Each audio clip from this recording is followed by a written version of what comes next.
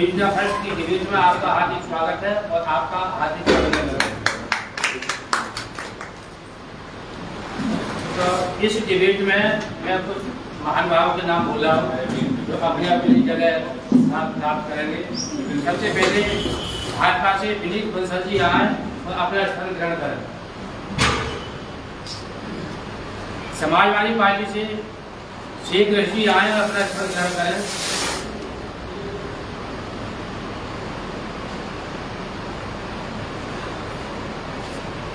बसपा से हबीब कुरैशी जी आए और अपना स्थान ग्रहण करें।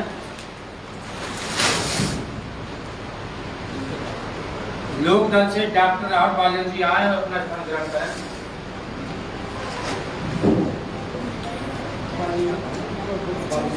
तो नीम भट्ट की डिबेट में आपका हार्दिक अभिनंदन और आपका स्वागत।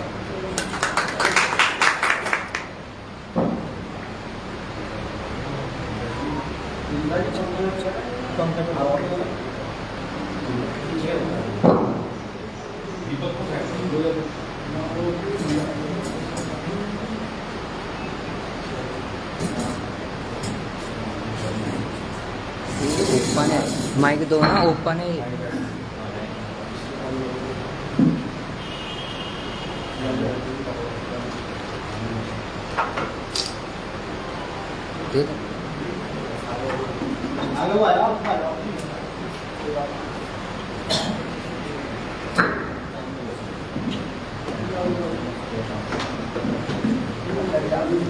बोलो बोलो।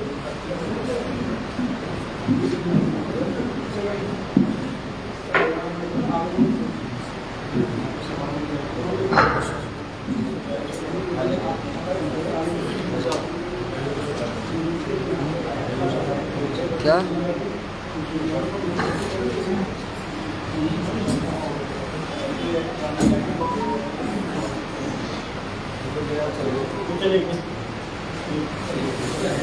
तो मैं आमंत्रित करता हूँ बंधु सभी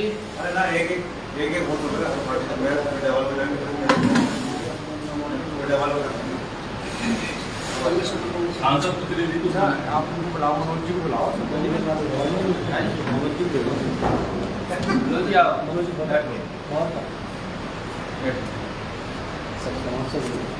समाज से भी सही सब समाज से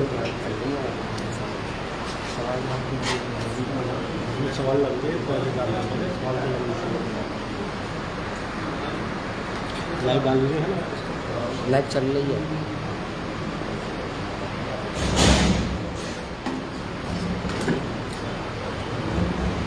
देखिए, आलू शहर में मीडिया फर्स्ट की जो डिबेट है हम लोग पहली बार कर रहे हैं और प्रयास ये कर रहे हैं कि ये कार्यक्रम और आगे इसी तरीके से बढ़ता रहे ताकि विकास की लहर बढ़ती रहे। तो हम सबसे पहला हमारा एक पहला सवाल है कि मैं बात करता हूँ शेख रशीद सभा के जो नेताजी है कि 2012 में रेल लाइन प्रस्ताव पास हुआ था राजघाट वाया आलू शहर बुलंदशहर दिल्ली के लिए, और उस समय सांसद जी थे श्री कमलेश वाल्मीकि जी और वो प्रस्ताव पास भी हुआ पीके बंसल रेल मंत्री, परंतु उसका सर्वे भी हुआ, उसको अभी तक वो अधूरा लटका रह गया। कहाँ रहा, क्या रहा, उसके बारे में पता। ये घटना नगर विकास के नाम से निर्माण समिति बनी थी। उस समिति में पूरे क्षेत्र के लोगों की एक कमेटी बनी थी जिसमें रेल लाइन का एक प्रस्ताव था, जिसमें हमारे किसान यूनियन के नेता स्वर्गीय श्री गंगा प्रसाद जी थे। उन्होंने कई दिन आंदोलन भी किया और उसी दौर में जब धरना प्रदर्शन चल रहा था तो एक राज्यसभा के सांसद थे श्री आर्यन आर्य जी, उन्होंने इस क्वेश्चन को पार्लियामेंट में उठाया था। पार्लियामेंट में उठाने के बाद उस पर एक कमेटी आई, कमेटी ने सर्वे किया। उसके बाद क्योंकि समाजवादी का कोई एमपी नहीं रहा, उसके बाद लगातार कंटिन्यू भाजपा के पास है सांसद का पद, तो चूंकि जिम्मेदारी केंद्र सरकार में भी वो लोग हैं और उस वक्त कांग्रेस थी, कांग्रेस ने तो प्रस्ताव कराया था। लेकिन आज के दौर में जो भारतीय जनता पार्टी की सरकार है, हमारे जो सांसद जी हैं उन्होंने इसको काफी सारे लोग शहर के मिले भी हैं कि रेल लाइन का जो प्रस्ताव है इसे शुरू किया जाना चाहिए, लेकिन इसको उनकी कोई सकारात्मक सोच नहीं रही है जिससे विकास हो सकता हो, क्योंकि शहर बुलंदशहर का रेल लाइन पर न जुड़ना बड़ा दुर्भाग्यपूर्ण है। इसी कारण से जनपद बुलंदशहर का विकास नहीं हो पाया। तो सब मैं बात करता हूँ भाजपा से विनीत बंसल जी, रेल लाइन पर आप क्या कहना चाह रहे हैं? और डॉक्टर भोला जी सांसद रहे, उन्होंने इस विषय पर क्या प्रकाश डाला? सर्वप्रथम मैं न्यूज इंडिया की टीम को बहुत बहुत हार्दिक बधाई देता हूँ कि उन्होंने आज हमारे मुंशर में एक डिबेट आयोजित की। इंशा जी, जिस समय ये रेलवे लाइन का जब सर्वे हुआ था तो टेक्निकल प्रॉब्लम की वजह से वो स्थगित हो गया। उसके बाद लगातार उसमें जिस समय सर्वे कराया गया था वो सर्वे ढंग से नहीं कराया गया, क्योंकि उसमें जो जमीनें जो एक्वायर हो रही थी किसानों की, उसमें जो रिहायशी इलाके हैं वो भी कुछ गाँव के आ रहे थे, जिससे टेक्निकल सर्वे वो पास नहीं हो पाया। अभी हमारे आदरणीय सांसद जी ने रेल मंत्री से मिलकर, आपने अगर फेसबुक के माध्यम से देखा हो तो रेल मंत्री से मिले हैं और इस विषय में चर्चा की है, बात की है, और बहुत जल्दी इसका एक दूसरा सर्वे कराया जा रहा है जिससे किसी आम जन को कोई दिक्कत और कोई परेशानी ना हो। तो उस दिशा में एक काम चल रहा है। तो सर मैं इसी रेल लाइन प्रस्ताव पर मैं बातें करना चाहता हूँ। अभी तुलसी जी बसपा से क्या कहना चाह रहे हैं इस पर? सबसे ज़्यादा शुक्रिया अदा करना चाहूँगा। हमारा डिबेट हो रही है और बहुत अच्छी सोच बनी कि हमारा शहर में डिबेट लाए और डिबेट के माध्यम से सारी बात हमारी सेंटर तक भी जाएगी। मैं बताना चाहूँगा कि सेंटर का काम है। हमारे साहब ने बताया अभी समाजवादी के हमारे भाषण में बताया, तो बहुत अच्छी बात है कि इसमें जो है कि हमें रेल लाइन आनी चाहिए और भैया सेंट्रल गवर्नमेंट के हाथ में है। तो सेंट्रल में भैया सरकार चल रही है तो आनी चाहिए। मैं तो नहीं करना चाहूँगा। तो दूसरा सवाल मेरा ये है, भाजपा के जो विनीत बंसल जी से है, तो डॉक्टर भोला सिंह सांसद जी ने कई गांव आदर्श बनाए, गोद लिया, जैसे कि हमारे क्षेत्र में नंगा भोकरपुर को लिया, उसका विकास नहीं हुआ है, इसका क्या कहना चाह रहे हैं? देखिए, आदरणीय सांसद जी ने एक हमारी भाजपा की नीति है सबका साथ सबका विकास। जो भी उन्होंने गांव गोद लिए हैं उनमें लगातार विकास कार्य जारी हैं और चल रहे हैं। और जो गोद लिए हुए गांव नहीं, अभी की जो भी नगर पालिका, नगर निकाय, जितने भी ग्राम आदर्श गांव जो भी हो रहे हैं, हमारा सबके साथ सबका विकास वो कार्य चल रहा है। अभी आज ही आपने देखा हो कि आदरणीय भोला सिंह सांसद जी ने एक 30 बेड का अस्पताल हमारे जिले के लिए स्वीकृत हुआ है, जो अपने लिए एक ऐतिहासिक उपलब्धि है। ये आज ही क्या हमें 30 बेड का अस्पताल कर्मचारियों के लिए स्वीकृत हुआ है। तो आप ये नहीं कह सकते, लगातार विकास कार्य चल रहे हैं और जिस गांव की आप बात कर रहे हैं वहां भी लगातार विकास कार्य, रोजाना कुछ न कुछ जो भी सरकार की योजना है वो सारी लागू की जा रही है। सर सवाल है मेरा गोद लिए का, अभी नगरा भोकरपुर में बाबा साहब का अम्बेडकर का जो पार्क है उसका सौंदर्यीकरण भी नहीं हो पाया है। मैं बात है गोद का, क्या क्या विकास हो उसका? देखिए, सौंदर्यीकरण नहीं हो पाया उसका वो ग्राम पंचायत या क्या दिक्कत वहां रही होगी, मैं इस बारे में आपको स्पष्ट नहीं बता सकता, लेकिन ऐसा कुछ नहीं है। जहां भी हो रहे हैं वो सब जगह विकास कार्य बिल्कुल समान रूप से हो रहे हैं। नहीं सर, वहाँ पर एक पानी की टंकी का निर्माण हुआ, उसका वो भी चालू नहीं हो पाई है। देखिए, पानी की टंकी और वो जो सारी चीजें हैं, ये हो सकता है कि थोड़ा सा विलंब हो। जो भी चीजें, जो भी योजनाएं लागू हो चुकी हैं, जो भी वहाँ स्वीकृत हो चुकी है उस ग्राम के लिए, वो सारी की सारी बहुत जल्दी बनकर तैयार हो जाएगी। सर मेरा दूसरा सवाल आपसे ये है, बुलंदशहर के अंदर सरकार किसी की भी नहीं हो, सेंटर में या राज्य में, और बुलंदशहर का सीट पर कब्जा भाजपा का रहा, भाजपा के सांसद रहे, और उसमें सांसदों की जो धनराशि है वो पूरी नहीं लग पाती है, वो पुनः वापस चली जाती है, उस पर क्या कहना चाह रहे हैं? ऐसा कुछ भी नहीं है। पिछली बार की भी हमारी आदरणीय सांसद जी की पूरी धनराशि लगी है और इस बार तो और भी ज्यादा धनराशि लग चुकी है और लगातार विकास कार्य हो रहे हैं। ये आप पूर्ववर्ती सांसदों की बात कर रहे हैं। तो सर ये बुलंदशहर की एक पहचान है,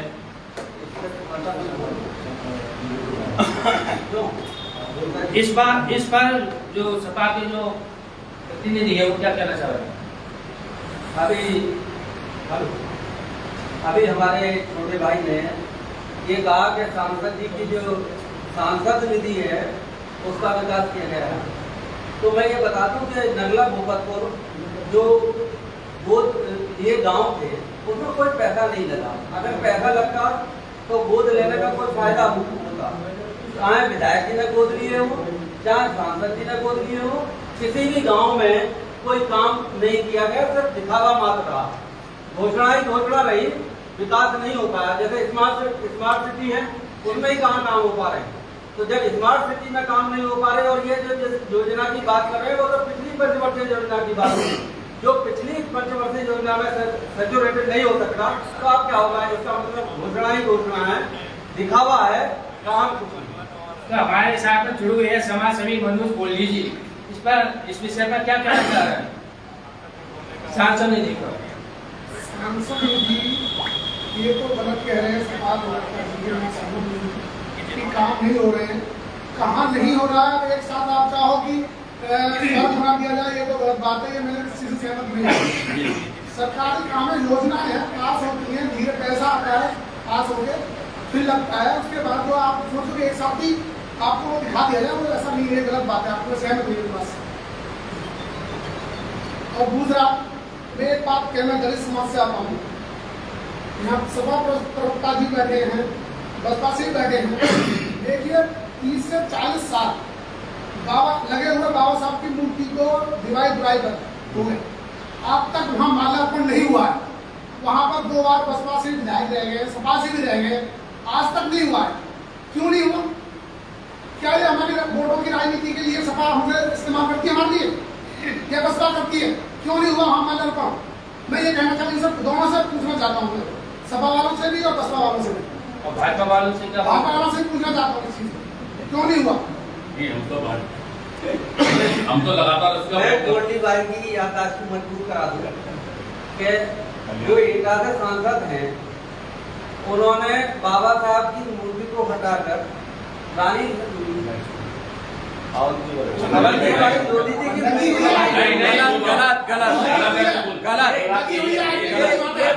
हटाया नहीं गया।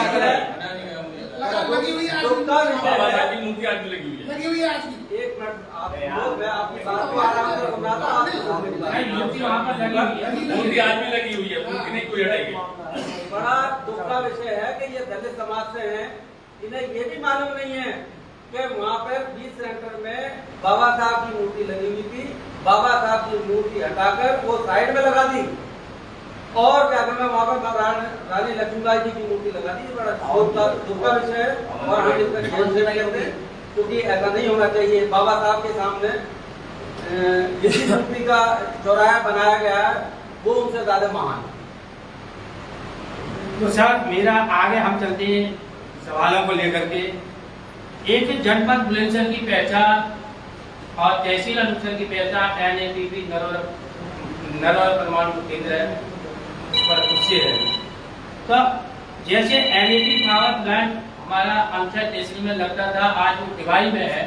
उसके बाद में उस क्षेत्र का कोई विकास नहीं कर पाई कोई भी सरकार, ना राज्य सरकार कर पाई है, ना केंद्र सरकार कर पाई है। तो जैसे कि यदि हम नरोला से और अनुसार आते हैं, अनुसार नरोला में ले जाते हैं, सिंगल रोड बना हुआ है। अभी भाजपा विधायक जो अनिता लूरी जी, उन्होंने रामघाट, नरोला और करवास और अनुसार वाया बाबूजी कल्याण सिंह मार्ग घोषित कराया और उसका अभी तक सर्वे भी नहीं हो पाया। उस पर क्या कहना चाह रहा है? हिंसा जी, आपकी जानकारी के लिए बता दूं, वो रोड पास हो चुका है पूरी तरीके से वाया गणवास होते हुए और उससे बहुत जल्दी निर्माण कार्य चालू होने वाला है। दूसरा, आप कह रहे थे कि NAPP एक कभी समय हुआ करता था कि हमारे यहाँ बिजली की बिजली आ गई हल्ला करता था, लोग छतों पर से कूद कर भागते थे कि चलो बिजली आ गई, पंखे में सो गए। और आज आप देखेंगे कितनी बिजली आ रही है। सर बात हो रही है परमाणु केंद्र की। परमाणु केंद्र में वहाँ बिजली का उत्पादन होता है सर, और किस चीज का उत्पादन होता है? आज 22 घंटे आपको लाइट मिल रही है और आप ये पूछ रहे हैं कि क्या कमें कि क्या विकास कर रहे हैं? नहीं, परमाणु केंद्र नहीं। आप बोलिए। दो उधर से राहुल बालन जी प्रधान जी हैं, वो इसका जवाब। सबसे पहले मैं न्यूज इंडिया को धन्यवाद देना चाहता हूँ कि मुझे यहाँ आने का मौका दिया मैं डॉक्टर राहुल बालियान, विधानसभा अध्यक्ष अनुसूचित राष्ट्रीय लोकदल पार्टी। सर, मैं बिजली पर ही बात करूंगा। अगर आप बिजली पर भाजपाती सवाल है, जब बिजली मानता हूं कि आपके टाइम पीरियड में 18 घंटे हुए, 20 घंटे हुए, लेकिन अभी कुछ समय पहले किसानों के लिए एक योगी जी ने सीधा जुमला चलाया कि 1 अप्रैल के बाद जो भी किसानों के फ्यूल के बिल हैं वो सारे के सारे माफ कर दिए। कोई जुमला नहीं चलाया, उसमें काम हो रहा है, लोगों के बिल माफ हो रहे हैं। कोई जुमला नहीं है इसमें, वो बिल माफ हो रहे हैं। क्या कर रहे हैं? किसानों के बिल माफ हो रहे हैं। ये हमारे साथ जुमला कहाँ से कर देंगे आप? जुमला नहीं है वो, उसमें बिल माफ हो रहे हैं किसानों के। आप किसानों से बात करोगे? दूसरा बात करते हैं आप रेलवे के लिए, कोई जुमला नहीं है, उसके लिए किसानों के बिल माफ हो रहे हैं, उसमें क्या कर रहे हैं? और पहले भी नहीं देगा। अब जो सरकारी निधि आती है वो डायरेक्ट किसान के खाते में जाती है। पहले चलती थी, कहते थे कि प्रधानमंत्री की ₹1 पैसे आते हैं, अब डायरेक्ट किसान के खाते में जाती है। इतनी सीधी कि जो अब बिजली को किसान नहीं बढ़ा रही है, मुरादाबाद जाती है, बिजली का बिल कितने रह गए किसानों से जाकर मालूम करिएगा। कर दी जाती है। और नहीं, कोई जुमला नहीं है। जो भी करेगा सबका साथ सबका विकास, बीमारियों के ना सबका साथ सबका विकास, सबके बिजली के बिल माफ हो रहे हैं, सारी चीजें हो रही है। कोई जुमला नहीं है। किसानों से जाकर मालूम करो, उनकी नहरें आ रही है, उनको पानी मिल रहा है, उनके सारे बिल माफ हो रहे हैं। और अभी क्या करना है? अभी गवर्नमेंट ने मेरा गांव है, आदर्श योजना में आज तक 2 साल पूरा होने को जा रहे हैं, एक ईंट नहीं लगी है मेरे गांव में। मैं खुद इसका जिम्मेदार हूं, अगर जांच करा ली जाए। और दूसरी बात करते हैं आप आदर्श योजना की, ग्राम पंचायत, कौन सी ग्राम पंचायत नहीं चाहती कि पैसा आएगा तो वो गांव में विकास कराए, क्योंकि उसे जनता के साथ रहना पड़ता है, जनता के टच में रहना पड़ता है। लेकिन ये जुमलाबाजी है और ये भाजपा जुमला ही करती है। मेरा अगला सवाल है मनोज गोल्डी जी से, ये समाज सेवी है। अनुपचर को छोटी काशी माँ गंगा के नाम से जाना जाता है। अभी तक कोई भी सरकार इसको पर्यटन स्थल घोषित नहीं कर पाई है। इस पर आप क्या कहना चाह रहे हैं? देखिए जी, ये दुर्भाग्यपूर्ण है और कितनी बार हम लोगों ने प्रयास भी किया है इस चीज़ के लिए, ठीक है, और ये होना चाहिए, इसके मैं समर्थन में हूँ।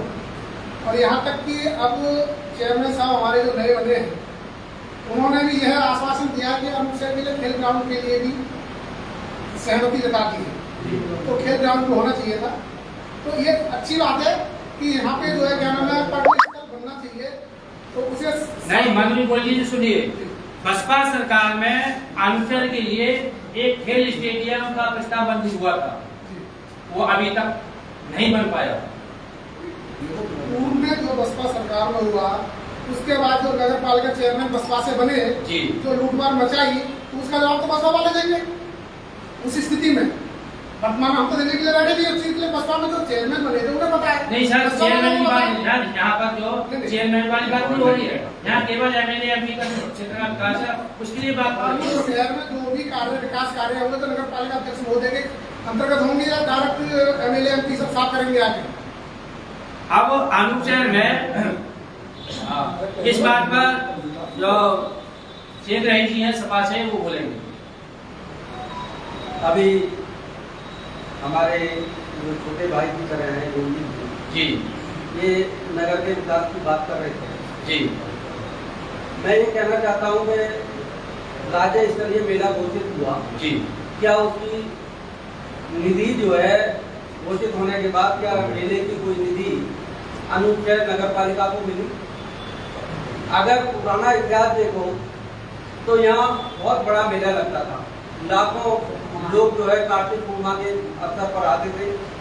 यहाँ जो झूलों का भी प्रोग्राम होता था, कव्वालियों का भी पहले प्रोग्राम होता था। जो सांस्कृतिक धरोहर है अनुच्छेद की, वो विलुप्त होती जा रही है। टैक्स इस तरीके से बढ़ा दिए कि मेले में आने वाले जो लोग हैं, जो दुकानें लेकर आते थे, जो मेले की शोभा बढ़ाते थे, वो लोग आना खत्म हो गए। तो इसकी जिम्मेदारी हमारे सांसद प्रतिनिधियों, सांसद जी हों या विधायक जी हों, दोनों की जिम्मेदारी है कि जो ये सांस्कृतिक है, ये धरोहर है देश की। मेला यहाँ अनुच्छेद जो कार्तिक पूर्णिमा का जो मेला है, लड़के बाद दूसरे नंबर का मेला लगता है जी। तो ये इस जिम्मेदारी से नहीं कर सकते कि हमारे विधायक जी या हमारे सांसद जी की जिम्मेदारी है, नगर पालिका की जिम्मेदारी। नगर पालिका तो बहुत छोटा सा पार्ट है।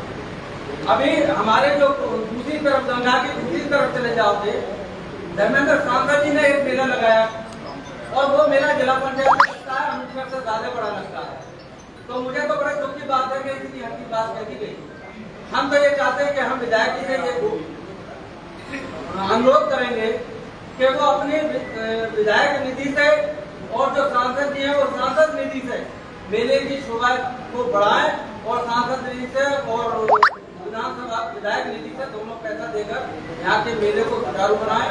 और एक ऐसा मेला होना चाहिए जिसमें एक दिन कवि सम्मेलन हो, जैसे नमाज का प्रोग्राम होता है, एक दिन जो मुशायरा होना चाहिए, एक दिन जो घोड़ों का मेला लगना चाहिए, एक दिन जो भैंसों का मेला लगना चाहिए, जिससे कि मेले की सुंदरता बनी रहनी चाहिए।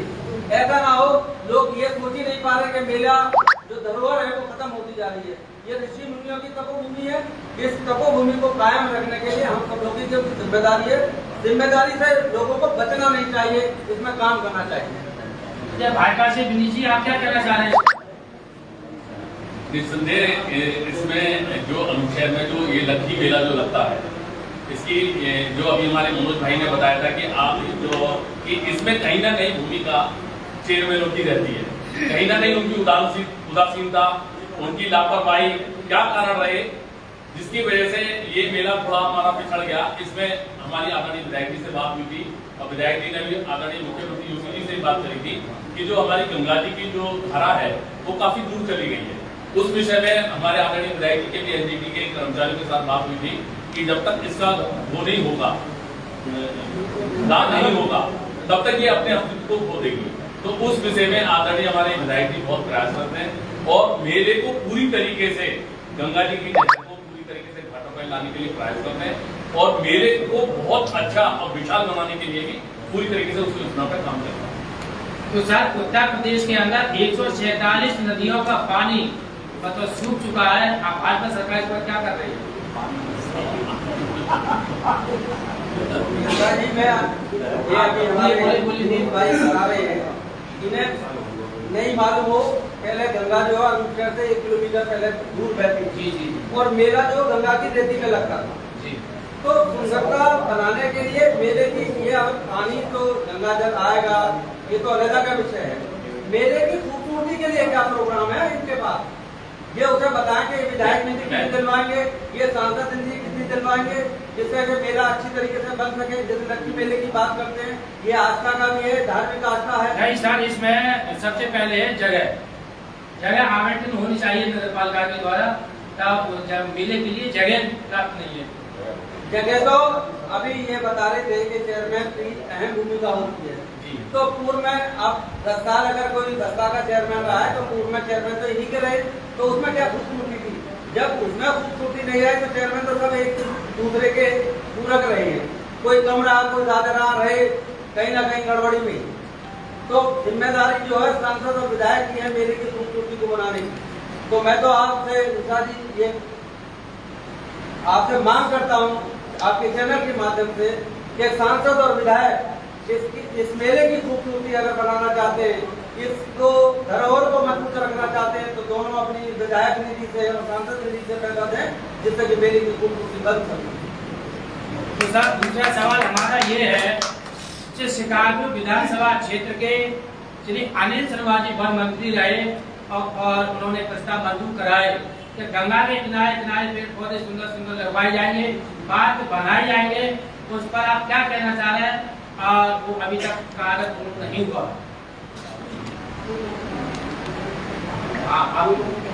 दोबारा से रिपीट करें क्वेश्चन। हाँ जी, शिकारपुर विधानसभा क्षेत्र के श्री अनिल शर्मा जी वन मंत्री रहे, उन्होंने हमारे क्षेत्र में जितनी भी गंगा बह रही है लगभग 60 किलोमीटर के लगभग, उन्होंने प्रस्ताव किया कि गंगा के किनारे किनारे पेड़ पौधे लगाए जाएंगे, बढ़िया बढ़िया पार्क बनाए जाएंगे, जिससे पर्यटन स्थल वहाँ पर रुके और उसका बढ़ावा मिले। वो कार्य अभी तक भैया पत्रकार महोदय बीच में रोकना चाहूँगा, क्या यहाँ भाजपा के लोग और सपा के लोग ही हैं? यहाँ बसपा का कोई भी आदमी नहीं है जिस पर डिबेट दोनों को बार ये कोई तरीका नहीं? ये क्या कौन सी बात है? ये बात कौन सी है बताइए ना। सबको मौका दिया नहीं, कहाँ है मौका? बार बार यही बात कहते चले जा रहे हैं, कहाँ है मौका? जब 5-4 लोग वहाँ बैठे हैं तो बार बार कहेंगे नहीं रहेंगे। मैं पत्रकार साहब आपका क्वेश्चन का जवाब दे दूं। जी, कि जो आपने कही कि पेड़ कहाँ लगाए जा रहे हैं, आप अमृता देवी जी पे जाइएगा, वहाँ पर बहुत तगड़ा विकास और पूरी गंगा नहर की जो पूरी पटरी है, पूरी उस पर पूरा वृक्षारोपण हुआ है और हमारे राजघाट में उसे डॉल्फिन जो है उसका पूरा सौंदर्यीकरण चल रहा है पूरे लगातार पूरी पट्टी पर, और केवल अपनी पट्टी पर ही नहीं, जहां जहां पे भी जगह है वहां पे वृक्षारोपण अभियान बहुत ही, और एक बार नहीं साल में कई बार वृक्षारोपण का अभियान पार्टी के द्वारा चलाया जाता है। तो देखिए, एक सवाल है, बसपा सरकार में आनंद सर के लिए सौगात मिली माननीय श्री गजेंद्र प्रसाद जी के द्वारा रोडवेज बस स्टैंड की। 5 वर्ष विधायक जी बसपा में रहे, उसके बाद में सपा सरकार में आ गए। 10 साल जब रोडवेज बस स्टैंड का निर्माण नहीं हुआ, आप इस पर क्या कहना चाह रहे हैं? चेयरमैन साहब का बहुत बड़ा रोल होता है जी, छोटा नहीं है। और आपने पेपर सरकार कर दी है, पेपर जब सरकार है बसपा के टाइम पे स्टेडियम भी पास हुआ था, गंगा की साल रोड पत्थर भी लगा पास हुआ था जी, विधायक जी राज्य स्टैंड भी पास हुआ और वो स्टैंड भी पास हुआ था। और स्टैंड में डॉक्टर साहब हमारे यहाँ पे डॉक्टर साहब ने जमीन यूनिवर्सिटी पर और वो जमीन नहीं दे पाया, तो काम उस टाइम पर रोक दिया गया और आज तक स्टैंड वगैरह सब स्टेडियम वगैरह सब यूनी लगे। हम तो चाह रहे कि तुम अपने सिर रोक लो, पर पास का हमारा करा दे तो और रास्ते लगाते आ रही। कोई पास नहीं हुआ, आदरणीय विधायक जी ने पास कराया है और जगह बसपा के चेयरमैन ने ऐसी दे दी विवादित, जिसका विवाद विधायक जी ने सुलझाया और वो रोड पास कराया। अनुच्छेद का रोड स्टैंड पास की और दूसरी बहुत जल्दी ही वो दूसरी किस्त आने वाली है। 45 लाख रुपया कहाँ लग गया? 20 लाख रुपए की पहली किस्त आई थी, कोई 45 लाख रुपए दूसरी किस्त आई वो लग गई और दूसरी किस्त बहुत जल्दी रिलीज होने वाली है। तो बसपा चेयरमैन ने ऐसी जगह दी कि क्या हमें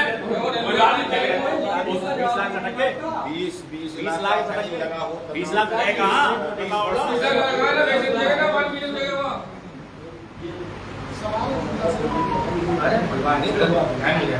20 वर्ष में रोडवेज अड्डा नहीं पाया अनुसर में। मैं रोडवेज अड्डे की हमारे सब जनता के लोग बात कर रहे हैं। बहुत छोटा सा एक सवाल है कि एक रोडवेज निकलती है बदायूं को होकर और एक रोडवेज अलीगढ़ से निकलती है मुरादाबाद के लिए। सिर्फ परमिट ट्रांसपोर्ट करना था, बदायूं की कुछ गाड़ियां अनुच्छेद होकर निकल जाती तो अनुच्छेद की समस्या दूर हो जाती और बदायूं मुरादाबाद वाली जो रोडवेज निकलती है वो बाया दिवाई होकर अनुच्छेद होकर निकल जाएगी तो होल्ड बनाने की समस्या थी। अगर हमारे विधायक जी और सांसद जी ये चाहते कि बसों का सुचारू आवागमन और जनता की समस्याओं का समाधान आसान तरीके से किया जा सकता था, लेकिन ये तो किसी ने ध्यान नहीं दिया। हमारे लोग रोडवेज अड्डे की जो मांग करते हैं, ये तो बड़ा सवाल था, उनका होता है या ना होता है ये मुझे नहीं मालूम कि विधायक जी की ताकत क्या है, सांसद जी की ताकत क्या है वहाँ विधानसभा में अपनी बात रखने के लिए। लेकिन एक बहुत आसान तरीका था, अगर वो चाहते कि परमिटों को ट्रांसफर करा देते तो हमारे क्षेत्र की समस्या चाहे मुरादाबाद जाने की हो, मुरादाबाद से आगरा जाने की हो या बुलंदशहर से दिल्ली जाने की हो, दोनों समस्याएं समाप्त हो जाती अगर रूट को डाइवर्ट कर दिया जाए। लेकिन इस ओर किसी का ध्यान है नहीं, न किसानों की समस्याओं को, लोगों का किसानों का ध्यान। सांसद प्रतिनिधि, सांसद जी या विधायक जी को अभी तक किसानों का जो बीज मिलना चाहिए, बीज जो है किसानों का, जैसे अभी जो खरीफ की फसल चल रही है, धान का बीज मिलना चाहिए था मई में और वो आएगा जून में, तो जून में जब बीज आएगा तो किसान कैसे डेवलप हो जाएगा? तो जब तक प्रतिनिधि की या जो चुना हुआ जनप्रतिनिधि है उसकी सोच डेवलप नहीं होगी तो क्षेत्र का विकास नहीं होगा। तो मनोज गोली साहब क्या कहना चाह रहे हैं इस बात? तो मैं यही कहना चाहता हूँ कि ये रोडवेज अड्डे की तो बहुत बड़ी बड़ी बात कर रहे हैं, ये तो सिर्फ परमिट ट्रांसफर करा दें। लखनऊ में रोडवेज के कर्मचारियों से इस विषय में बात हुई है, जिसपे हमारे आदरणीय भाई साहब कह रहे हैं और बहुत जल्दी जो ये बता रहे कि बदाई वाली रोड है बाकायदे होकर चलेंगी। तो बात तो और नवल जी विधायक रह लिए और सरकार उसके बाद साहब बहुत सारी पार्टियों के विधायक रह लिए, जब कुछ हुआ हुआ तो अभी अब इतना थोड़ा सा अलंकार कर लो, जब इतना ना होगा ना अब थोड़ा सा अलंकार कर लो। और किसानों का खास की बात हो तो अभी आपने देखा हो कि गवर्नमेंट ने खरीफ फसल में कितने दाम बढ़ाए, गवर्नमेंट के दाम बढ़ाए और लोगों को बीज मिल रहा है। अभी कुछ दिन पहले बीज भी वितरण हुआ है। ये कहीं से सरासर गलत बात है कि बीज का वितरण नहीं हो रहा। खरीफ की फसल के दाम बढ़ाए हैं गवर्नमेंट ने सभी किसानों की आय दुगनी हो रही है। उनको बिजली के बिल माफ हो गए, उनके ट्यूबवेल के बिल माफ हो गए, अभी हमारे प्रधान जी ने बता दिया सारे बिल माफ हो गए,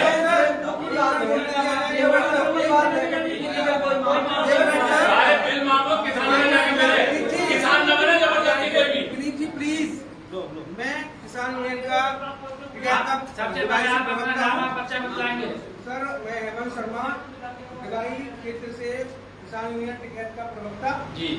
साथ में अपनी कांग्रेस की पहचान भी बताएं। आप किसान यूनियन के नहीं है, कांग्रेस के पहले आप झूठ बोल रहे हैं। क्या नाम है? आप कांग्रेस के, अभी आप इलेक्शन लड़े हैं। आप कैसे कह सकते हो किसानों के? आप कांग्रेस के प्रवक्ता हैं। कांग्रेस के कांग्रेस आप कांग्रेस को क्या करोगे? किसानों का नाम जो कर रहे हैं आप। से कुछ नहीं होगा। सही बात बोलिएगा। बोलिए। देखिए, मैं बताता हूँ, अभी मेरी 5 तारीख को मीटिंग हुई थी एसडीएम साहिबा से भिलाई में। वहाँ पर भी हमारी यूनियन ने एक बात रखी कि जो किसानों के बिल हैं जिनको 1 अप्रैल से माफ हो जाना चाहिए था, वो नहीं हुए हैं। तो आप पहले जानकारी ले लीजिए कि जो बातें हैं एसडीएम साहिबा से या वहाँ के एक्सीएन और एसडीओ भी बैठे थे, उन्होंने ये माना है कि ये ऐसा लिखित में कुछ नहीं आया है, केवल जो कहते हैं जुमला है, जुमला दिया जा रहा है केवल। कोई भी आज तक हमारी पार्टी का जुमला नहीं हुआ। किसान सम्मान निधि योजना है, वो सबके किसानों के खाते में पहुंच रही है। वो कहते हैं वो सारी चीजें पहुंच रही है, कोई जुमला नहीं है। और इसमें भी बहुत जल्दी सारे काम होने वाले हैं। जो अगर तो वो सबके बिल माफ होंगे। जरा सुन तो ले सर, एक बात सुने। दूसरी बात, आप कह रहे थे बिल माफ हो रहे हैं। एक किसान वहाँ पे ऐसा आया, मेरा किसान 12,000 रुपए का उसका बिल आया और उसका बिल जब एक्सीएन से चेक कराया गया तो मात्र 3900 कुछ रुपए का बिल वो हो गया। तो ऐसे हमारे एसडीएम साहिबा ने उनसे बोला कि यदि तो एक किसान आया है, बहुत सारे किसान आएंगे, ऐसे तो कहाँ तक कितने बिलों को 3 गुना कर रहे हैं एक्सीएन साहब। आपको लास्ट वार्निंग है, सारे बिल को पहले ऐसी जगह से गुजरवाइए, कंप्यूटर को सही कीजिए। उन्होंने बोला कंप्यूटर का मसला हो सकता है। एक्सीएन साहब, कंप्यूटर भी कौन चलाता है? आदमी चलाते हैं। ऐसी जगह पर बैठाइए, किसानों को बिल तो कम से कम सही पहुंचे। तीसरी बात बता रहा हूँ सर, आपके जो एक्सीएन के एसडीओ उन्होंने एक मोटर का मुआयना किया। जो मोटर किसानों की कहती है कि 7.5 किलोवाट की मोटर है, उनको बता दिया 15 किलोवाट है।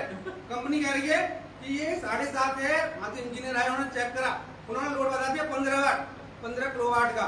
तो ऐसे जो जुमले हैं सर, मैं नहीं मानता हूँ कि माफी हो रही है। किसान मैं भी हूँ, किसान मैं भी हूँ। आप तो अपनी बात ही मत करिए। आपकी सरकार में आपके ही प्रधानमंत्री जी कहते थे 1 रुपया चलता है और 15 पैसे पहुँचते हैं। आज हमारी सरकार है कि 1 रुपया चलता है, 1 रुपया खाते में पहुँचता है। आप तो बात ही मत कर रहे, आप तो बात ही नहीं कर रहे अपनी सरकार की कि आपके खाते में क्या होता है।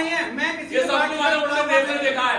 आज किसान की सम्मान निधि योजना है, वो पूरी 1 रुपया चलती है, 1 रुपये पहुँचती है उसके खाते में। दुर्घटना बीमा योजना, किसान सम्मान निधि योजना, सारी योजना उसके ऊपर बरकरार चल रही है। यदि किसानों की बात करते हैं, 1 रुपये में 15 पैसा असलियत है, रहेगी, क्योंकि जो बीच के आदमी है वो आप मानते हो ना ये असलियत थी, ये आप मानते हो ये असलियत थी।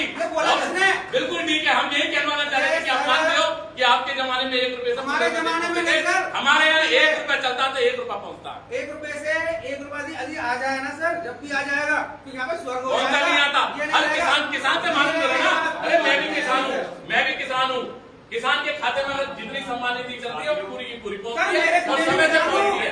एक बार आइए, 4 बार मेरे किसान में नहीं आई। आपके खाते में नहीं पहुंचने कोई कमी होगी, आप उससे दिखवाइएगा। कोई कमी नहीं है, ये भ्रष्टाचार बहुत बड़ा है। सबसे पहले आप अपना नाम और परिचय बताइए।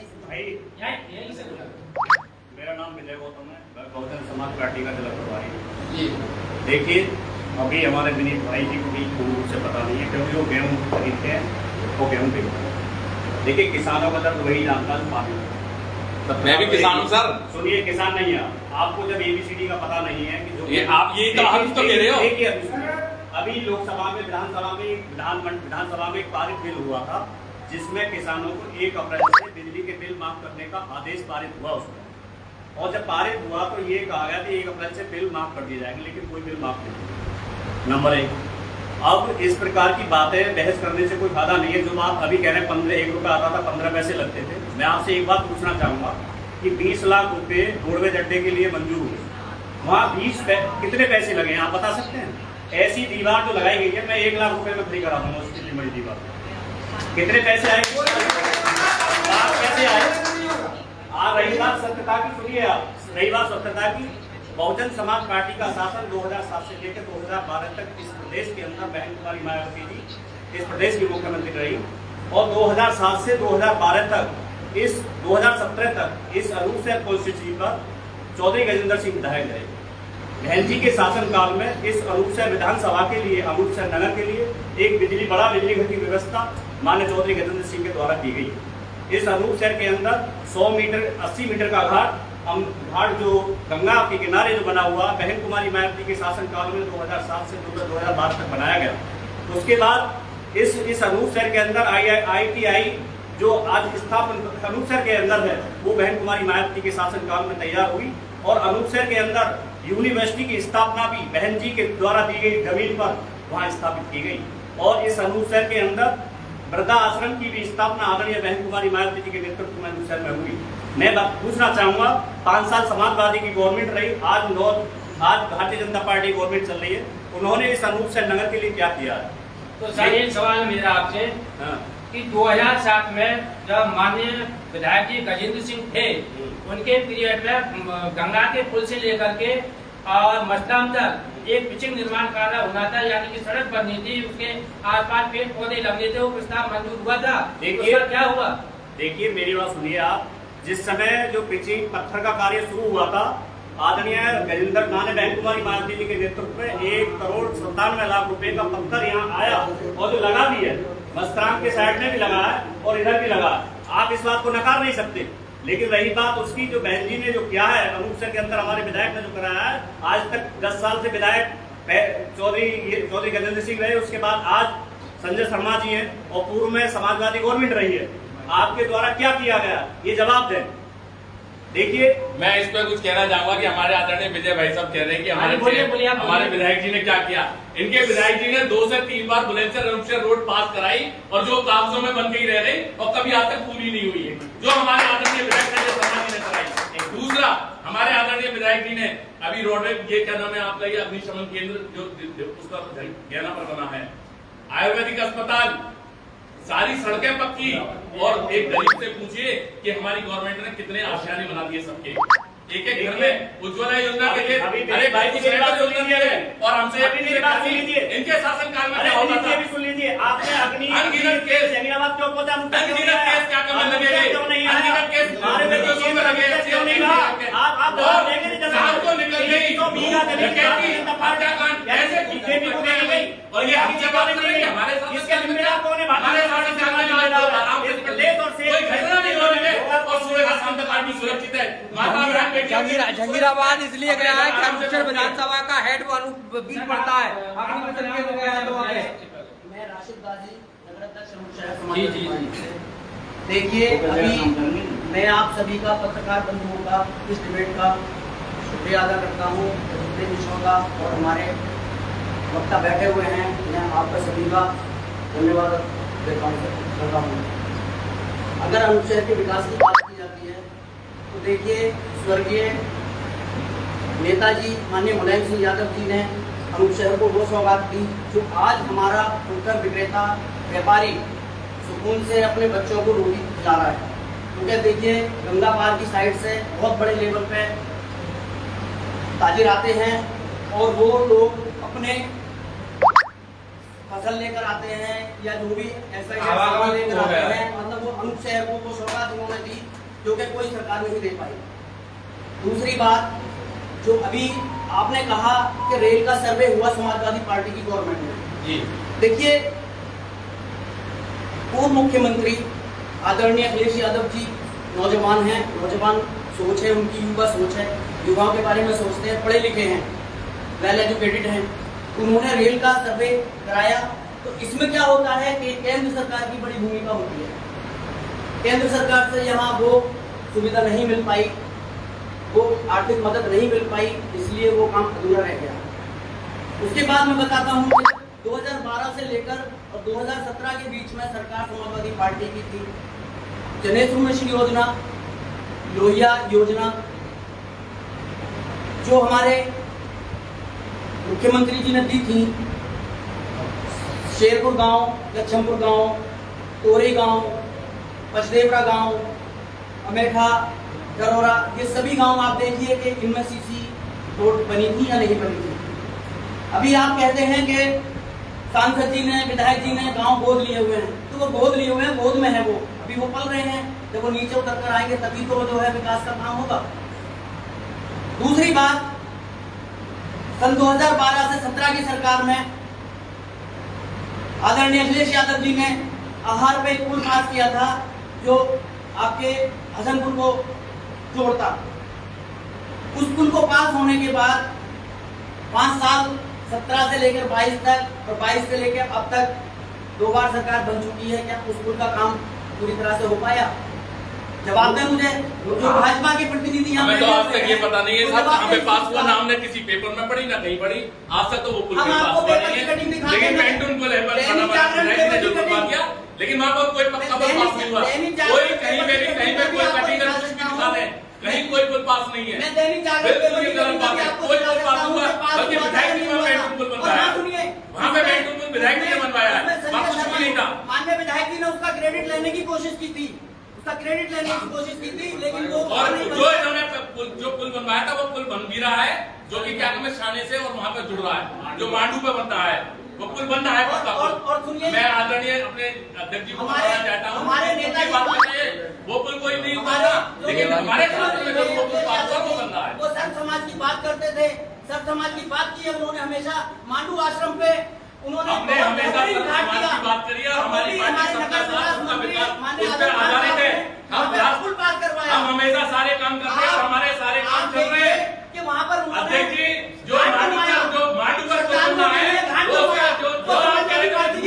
कोई पुल पास नहीं हुआ, लेकिन हमारी सरकार में जरूर पुल पास हुआ और उस पर काम चल रहा है। और दूसरा आहार पे पुल भी बनवा रहा और पिछली सरकार में जो बसपा की सरकार में जो नहीं हुआ वो हमारी सरकार में जाते थे, चोट लग जाती थी, लोग बह जाते थे गंगा जी में।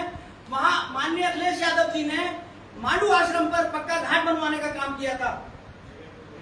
तो समाजवादी पार्टी ने वो कार्य किए हैं। 2 बार से सरकार में है, सत्ता में है, आपको तो सिर्फ नाम बदलने का काम आपको आता है। नाम बदलने हैं आपको, नाम से मतलब थोड़ी है। डबल इंजन की सरकार है। अभी आपने कहा कि किसानों के बिल माफ किए जा रहे हैं, बिल्कुल हो रहे हैं। अगर किसानों के बिल माफ किए जा रहे हैं ट्यूबवेल वाले, तो ट्यूबवेल पे जो मीटर ठोका गया है वो किस लिए ठोका गया है? भाई 15 लाख का वादा किया था आपने कि जनता के खाते में 15-15 लाख रुपए आएंगे। अरे आप जनता से जाके तो पूछो, जनता तो कह रही है मैं 30-30 लाख मिल गए, उनके पक्के घर बनवा दिए, उनके घर में समाज, उनको इतनी सारी योजनाएं मिल रही है। आप जनता से जाके तो मिलो। यहाँ आप लोगों को आदत है कि घर में बैठ के राजनीति करने की, तभी आप 2 बार से तभी जनता आपको 2 बार से सबक सिखा रही है, तभी जनता आपको 2 बार से सबक सिखा रही है।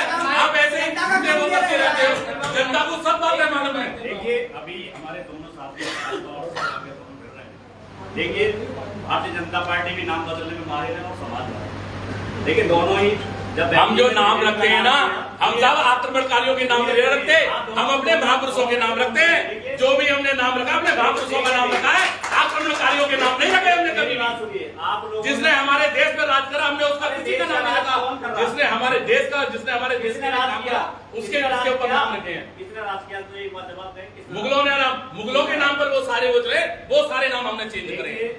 मैं आपको बताना चाहूंगा, आप नाम बदलने की बारी जब आती है, अरे एक मिनट, सभा और बात का दोनों ये भाई कल्लू के फेर वो है अरेंजमेंट। अभी हमारे कोई किसी का नाम बदलता है, कोई किसी का नाम बदलता है। उसके बाद बात करेंगे, जिन लोगों का आप नाम ले रहे हो वो तो देश में ही है, तुम तो हमें लगे होगा माफी मांगते रहे। नहीं यही बात के अलावा कुछ आपने किया नहीं। देखिए सावरकर कौन थे?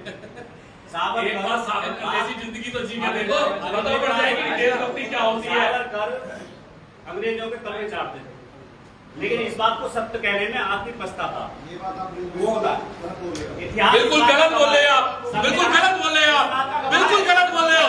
सावरकर जी ने स्वतंत्रता संग्राम में कितना योगदान दिया है? किसी ने भी नहीं दिया। उन्होंने कितना योगदान दिया है? उन्होंने काली कोटी में अपना पूरा जीवन व्यतीत कर दिया।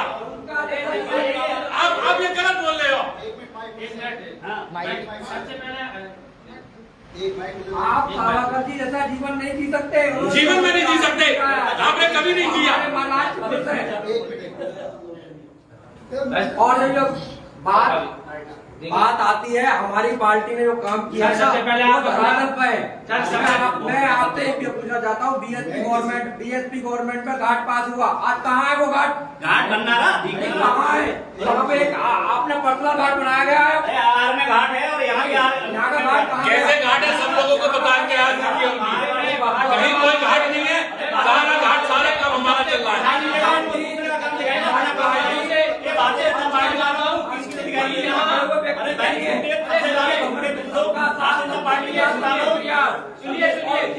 आज अनुच्छेद में भाजपा वाले वो सबसे कहना चाहते हैं नहीं है और आयुष्मान कार्ड दिया गया है। मेरी बात सुनिए, ऐसा नहीं है, सबकी सबने काम सरकार किया है, है, सबके विधायक आपने हैं। काम किया होगा, लेकिन आपको नहीं नकार दी। सन 58 में अनूपशहर के अंदर एक सरकारी अस्पताल का निर्माण हुआ। उस समय पर यहाँ पर एक महिला चिकित्सक रखी जाती थी और आज हम आधुनिक की बात करते हैं, 2023 में जी रहे हैं। एक महिला अच्छी तरह से कोई महिला चिकित्सक नहीं रखी जाती। बात करते हैं हम आधुनिक की, वहां पर सर्जरी की कोई व्यवस्था नहीं है। अगर किसी कोई सीरियस क्रिटिकल पेशेंट आता है तो उसे बुलंदशहर जाना पड़ता है, अलीगढ़ जाना पड़ता है सरकार के पास।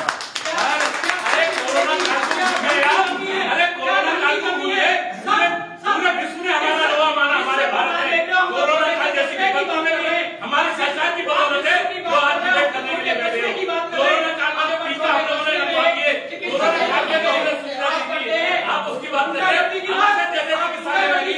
ऑक्सीजन का क्या कमी हमने लगवा दिया? कोरोना काल में क्या हालत हुई आप सब लोगों को मालूम है। तो ये हमारी सरकार थी जो हमारी सरकार ने कहीं भी कुछ नहीं होने दिया। और गुंडागर्दी की हो तो आपसे आपने गुंडागर्दी गुंडागर्दी के विषय में पूरा देश में जाता है। एक गुंडा अपनी म्यान में घुसा हुआ है, गुंडागर्दी की तो बात ही मत करो। गुंडा नाम है, गुंडा योगी की भूमिका के नाम से कामता है। कुछ नहीं, रोजगार का युवा बेरोजगार घूम रहा है। आप बात करते हैं G20 शिखर सम्मेलन हो रहा है, ये हमारे राष्ट्र के गौरव की बात है और आप सबके बेरोजगार की बात, ये पूरे विश्व में हमारे देश में हिंदू धर्म बात आप करते हैं, आप ये बात करते हैं कि 1958 में ये बना था। जब इतने साल सरकार रही, क्यों नहीं मेडिकल कॉलेज बनाए आपने? हमारी सरकार आने के बाद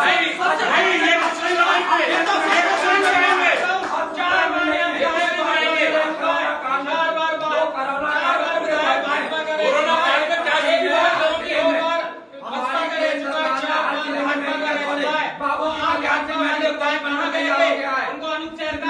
क्या हमारे आदरणीय चरण सिंह की जो योजनाएं थी कहाँ है? और उसमें जैन चौधरी कहाँ चल रहे हैं? जैन चौधरी है कहाँ? चरण सिंह की जो हमारे किसानों के लिए हो रही है उसकी ढाई से लेके आज तक अपने स्वास्थ्य के लिए जैन चौधरी जी ने बात को भी ताकतों से हट रहा है अपने स्वास्थ्य के लिए लोगों से जन संवाद कर रहे हैं और हमारी सुन रहे हैं, उनके साथ खड़े हैं। हमारी सुन लो जरा, सीधे हम भी बैठे। सर, सबसे पहले आप अपना नाम और जी, मेरा नाम अंकुर शर्मा है, नमामि गंगे का जिला सह संयोजक हूँ। क्या कहना चाह रहे हैं? मैं ये कहना चाह रहा हूँ, यहाँ जो डिबेट हुई थी कि हमारा विकास कैसे, हाँ, इसी के डिबेट ये नहीं थी कि हमें एक दूसरे की आलोचना करनी है, तूने ये ना किया, तूने ये ना किया। हम विकास क्या होना चाहिए, विकास कैसे हो और क्या होना चाहिए। व्यापारी हम विधायक से क्या ले सकते हैं? हम 4 साल अपना विधायक नहीं बदल सकते। हमारा विधायक है, आज है, अब है, आगे रहेगा। आप उसकी आलोचना को कर सकते हो, लेकिन उससे लोगे कैसे? आप मांगोगे कैसे? लड़का मांगोगे? आप अपना एजेंडा तैयार कीजिए कि हमें अनुच्छेद के लिए चाहिए, चेयरमैन से आप अपना एजेंडा लिखिए कि अनुच्छेद के लिए चाहिए। सारा समाज मिले, सारी कास्ट मिले, सारे पार्टियां मिलकर एक में संगठन पे आकर अपने विधायक से मांगे, अपने सांसद से मांगे, अपने चेयरमैन से मांगे और सबसे मांगे भैया। रही बात जेपी गौड़ की, उनसे भी मांगे भैया तुम दुकान बनाओगे, मॉल बनाओगे, ठीक है, टैक्स माफ कर देंगे, लेकिन हमारी जो कुछ भी बना दो नहीं, टैक्स बाद में, मॉल बाद में बना, मेरा कुछ बना दे। ऐसा ना हो कि वो मॉल बन जावे, दुकान बन जावे, पास हो जावे और कुछ ना बने। सब बनेगा।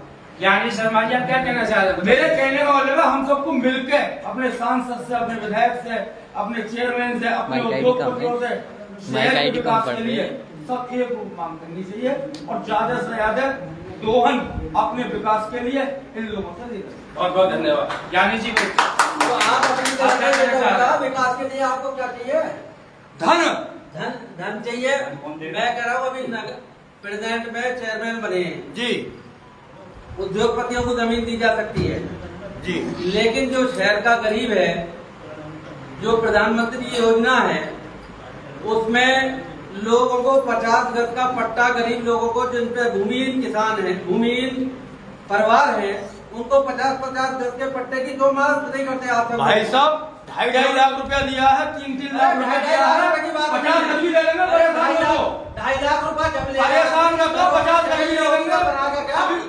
तुम्हारे कहने से परेशान मत हो, 2.5 लाख रुपया दिया, 50 गज भी दे देंगे। घरौनी वितरण कार्यक्रम आप एजेंडा क्या करिए, मिलकर के हमें नगर पालिका हमें नगर पालिका के चेयरमैन से एक कहना है, आदरणीय आप तय करिए कि हमें नगर पालिका के चेयरमैन से एक कहनी है कि भाई इतनी जमीन आप जो एक्वायर करिए, उसको 50-50 गज के पट्टे काटिए। अरे चेयरमैन तुम्हारा हमारा कैसे तुम्हें चेयरमैन अभी तो भाजपा में है मेरा। मैं आदरणीय सपा के प्रवक्ता जी को बताना चाहता हूं कि अभी हमारे आदरणीय विधायक जी ने घरौनी वितरण कार्यक्रम करा। एक हमारे गरीब आदमी के संगे बड़ी दिक्कत होती थी कि उसमें अपनी जगह तो थी लेकिन उसमें कोई कागज नहीं हुआ करते थे, जिसकी वजह से उसको कोई भी सरकारी योजना और कुछ भी नहीं मिला। एक मिनट में बस ये तो गवर्नमेंट ने उसको कि गरीबों के लिए वो कैसे सरकारी योजनाओं का लाभ लें, किस तरीके से वो करें। तो गवर्नमेंट ने एक योजना बनाई कि जो भी जहां पर रह रहा है वहां के लेखपाल से, नगर पालिका से, सबसे उसका सर्वे करा के और उसके नाम एक घरौनी बना दी और घरौनी ऐसे आपका बैनामा हो गया। अब उस गरीब आदमी को कहीं कोई जरूरत नहीं है, उस घरौनी के नाम के आधार पर ही वो सारी योजनाएं का लाभ ले रहा है। पक्के मकान का भी निर्माण करा जो हमारी गवर्नमेंट ने 2.5 लाख रुपए, आप गरीब बस्तियों में जाकर देखिएगा एक भी मकान ऐसा नहीं बचा है जो न बना पाओ। एक एक आदमी को और कोई हमें कोई ऊंच नीच नहीं देखा। मुस्लिम को हमने बनाया, हमने दलित को हमने बनाया, सबके हमने 2.5 लाख रुपए मकान बनाए। काम कोई करेगा साहब, चिल्लाएगा वो काम करेगा।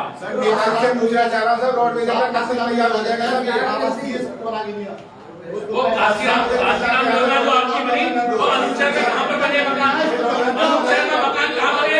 आप किसी भी वार्ड में अनुच्छेद की बजा कर देखिएगा, हर वार्ड में मैं तो अनुच्छेद के हर वार्ड में कह रहा हूँ, हर वार्ड में क्या कर रही योजना है, हर घर और 50-50 गज की जगह के प्लॉटों को मैं एक सवाल और था कि ये जो संचालित बसें हैं अनूप शहर से या अनूप शहर के लिए, ये सभी एक जगह क्यों नहीं एकत्रित होती हैं, खड़ी होती हैं? कोई अलीगढ़ की तरफ देखिए अध्यक्ष जी, ये तो आप अनुच्छेद की बात अलीगढ़ में भी चले जाइए तो 2-3 जगह से संचालित होती है, बुलंदशहर चले जाइए तो 2-3 जगह से संचालित होती है।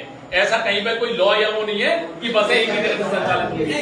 रोडवेज भी, मैं रोडवेज भी बता रहा हूँ, बुलंदशहर में रोडवेज स्टैंड भी बना हुआ है और बाईपास तो उसका वो भी बना हुआ सेंटर। अलीगढ़ में भी चले जाइए, ये हर जगह होता है। ऐसा कहीं कोई नहीं होता कि एक ही जगह से बस संचालित होगी, नहीं ऐसा कहीं भी नहीं है। नहीं ऐसा कहीं भी नहीं है कि रोडवेज से तुलना से नहीं, मतलब बात तुलना से मतलब नहीं है। आपने ये पूछा कि 2 जगह से क्यों नहीं संचालित, इसका कोई वो नहीं है। जहाँ भी डिपार्टमेंट को ये लगेगा कि हमारी सवारी यहाँ से ज्यादा मिलेगी, वो सवारी वहाँ, ये डिपार्टमेंट का काम है, इसमें कोई ये सरकार का काम नहीं है कि बस है वो काम खड़ी करे। आप बैठ जाइए। तो जो आज न्यूज इंडिया फर्स्ट